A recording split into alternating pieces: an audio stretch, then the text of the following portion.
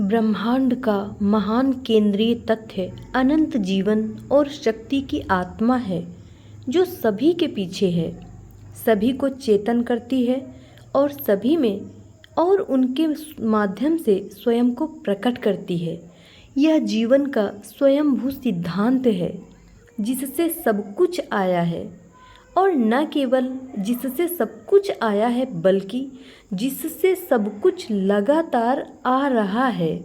यदि कोई व्यक्तिगत जीवन है तो आवश्यक रूप से जीवन का एक अनंत स्रोत होना चाहिए जहाँ से यह आता है। यदि प्रेम का कोई गुण या शक्ति है तो आवश्यक रूप से प्रेम का एक अनंत स्रोत होना चाहिए जहाँ से वह आता है। यदि ज्ञान है तो उसके पीछे एक सर्वबुद्धिमान स्रोत होना चाहिए जहाँ से वह उत्पन्न होता है। शांति, शक्ति और जिन्हें हम भौतिक चीज़ें कहते हैं उनके संबंध में भी यही सच है। तो सभी के पीछे अनंत जीवन और शक्ति की यह आत्मा है जो सभी का स्रोत है। यह अनंत शक्ति पूरे ब्रह्मांड में चलने वाले महान अपरिवर्तनीय कानूनों और शक्तियों की एजेंसी के माध्यम से निर्माण कार्य और शासन कर रही है जो हमें हर तरफ से घेरे हुए है।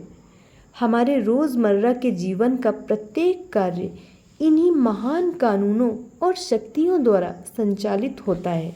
सड़क के किनारे खेलने वाला प्रत्येक फूल कुछ महान अपरिवर्तनीय नियमों के अनुसार उगता है, बढ़ता है, खिलता है और मुरझाता है। पृथ्वी और स्वर्ग के बीच खेलने वाला प्रत्येक हिमकण कुछ महान अपरिवर्तनीय नियमों के अनुसार बनता है, गिरता है, पिघलता है। एक अर्थ में पूरे विशाल ब्रह्मांड में कानून के अलावा कुछ भी नहीं है। यदि यह सत्य है तो इन सब के पीछे अवश्य ही कोई ऐसी शक्ति होगी जो इन कानूनों को बनाने वाली है, और जो कानून बनाए गए हैं उनसे भी बड़ी कोई शक्ति है। अनंत जीवन और शक्ति की यह आत्मा जो सबके पीछे है उसे मैं ईश्वर कहता हूँ। मुझे परवाह नहीं है कि आप किस शब्द का उपयोग कर सकते हैं, चाहे वह काइंडली लाइट, प्रोविडेंस, ओवरसोल, सर्वशक्तिमान हो या जो भी शब्द सबसे सुविधाजनक हो। जब तक हम महान केंद्रीय तथ्य के संबंध में सहमत नहीं हैं तब तक मुझे इसकी परवाह नहीं है कि शब्द क्या हो सकता है। ईश्वर तब यह अनंत आत्मा है जो पूरे ब्रह्मांड को केवल अपने आप से भरता है ताकि सब कुछ उसी से और उसी में हो और कुछ भी बाहर नहीं है।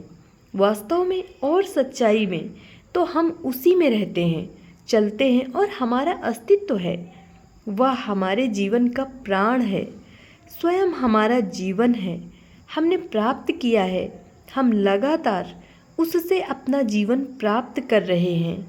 हम परमेश्वर के जीवन के भागी हैं, और यद्यपि हम उससे इस मायने में भिन्न हैं कि हम अलग अलग आत्माएं हैं, जबकि वह अनंत आत्मा है जिसमें हमारे साथ साथ हमारे अलावा बाकी सभी भी शामिल हैं। फिर भी संक्षेप में भगवान का जीवन और मनुष्य का जीवन समान रूप से एक ही है और एक ही हैं। वे सार में, गुणवत्ता में भिन्न नहीं हैं, वे डिग्री में भिन्न नहीं हैं। ऐसी अत्यधिक प्रबुद्ध आत्माएं रही हैं और हैं जो मानती हैं कि हम अपना जीवन ईश्वरीय प्रवाह के अनुसार ईश्वर से प्राप्त करते हैं, और फिर ऐसे लोग रह रहे हैं जो मानते हैं कि हमारा जीवन ईश्वर के जीवन के साथ एक है, और इसलिए कि ईश्वर और मनुष्य एक है। कौन सा सही है? दोनों सही हैं। सही ढंग से समझे जाने पर दोनों सही हैं। धन्यवाद।